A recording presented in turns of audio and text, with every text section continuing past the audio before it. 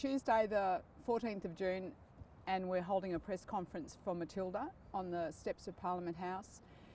The reason we decided to do that is we have written to the Prime Minister, Mr Shorten, Mr Di Natale and Mr Joyce and asked them to support a Koala Protection Act. And that is in my capacity as CEO of the Australian Koala Foundation, which I have been for 28 years. We have funded around about $20 million worth of science.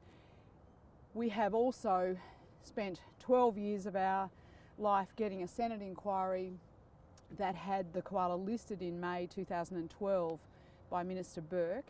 And so I want to say to the press that are here, the Australian Koala Foundation and Matilda are completely bipartisan. We're interested in saving the koala. This is Matilda's main mission. It seems to me that science isn't being heard. We have provided science for the Adani coal mine, for the Shenhua coal mine, for all the issues. If you go back and read my diaries over the last, especially since Copenhagen in 2009, you will see that the science that we produce can gain no traction. Minister Hunt and I constantly tweet to each other. I ring him, you provide maps to him, and he still approves projects that just should not happen. On this trip with Matilda, in my campaign director role for Matilda, I've gone through parts of Australia that were given maps, good biodiversity maps of habitat that should have been protected in Port Stephens, Taree, Coffs Harbour, Port Macquarie. And I can just see that the developers have just ignored it all and that councils are too close to them. So our website describes all this, but in the beginning of 2016 I felt that if science isn't heard, if reason isn't heard, then maybe the ridiculous should be heard. And the Courier Mail did do an article earlier in the week about Matilda and the role, Michael Madigan his name was, and he pointed out that 800,000 people informally voted. We certainly have got a parity on the donkey vote, and we are asking people to donkey vote, because if they do and draw her ears on the box, then those 800,000 people will be heard, instead of just seen as a bunch of people who aren't interested. And I can assure the politicians who might get to see this video that on the way down this coast, on our 5,000 kilometre journey, we are getting nothing but no worries, I'm going to vote for Matilda. I have great faith in the Australian people. I think that they are disenfranchised, and I think this is a perfect time for Matilda to be on the road, and I can already see her being on the road again. Not one single politician that we wrote to has Mr Shorten, Mr Turnbull, Mr Di Natale and Mr Joyce have said they will sign this statutory declaration, except Sustainable Australia. And I am delighted to welcome Martin Tighe here today, who has, William Burke has signed the statutory declaration that says if they end up in Parliament, they will support the koalas by the enactment of a Koala Protection Act.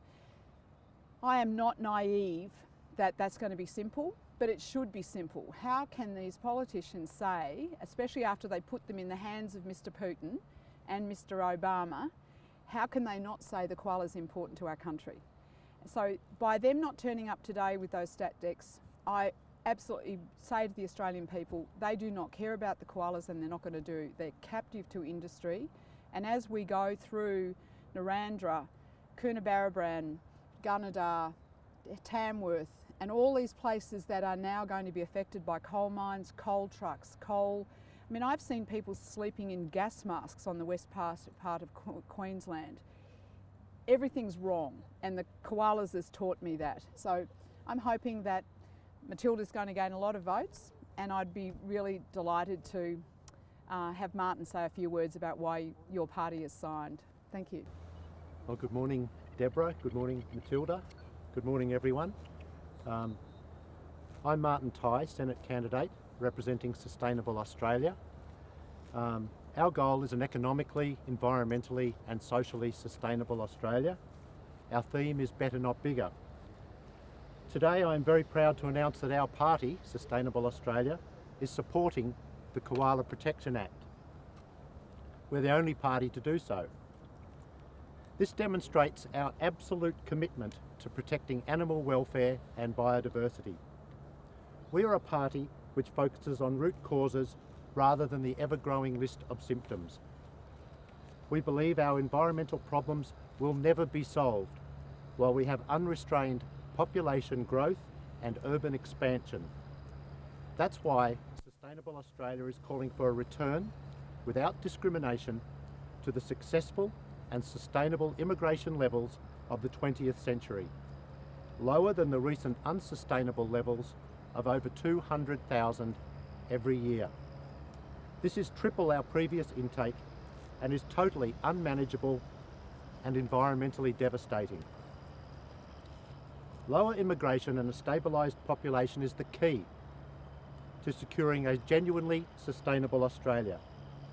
Our policies, combined with our support for the Koala Protection Act, will ensure that our iconic koalas will live in peace alongside their fellow creatures of the Australian bush, unthreatened by the developers' bulldozers, and allow the real work of environmental restoration to begin. In July, I ask you to use your Senate vote in Queensland, New South Wales, Victoria and the ACT to protect our precious ecosystems. A vote for our Senate candidates in these states is a vote for the Koala Protection Act and for a better, not bigger, sustainable Australia. Thank you.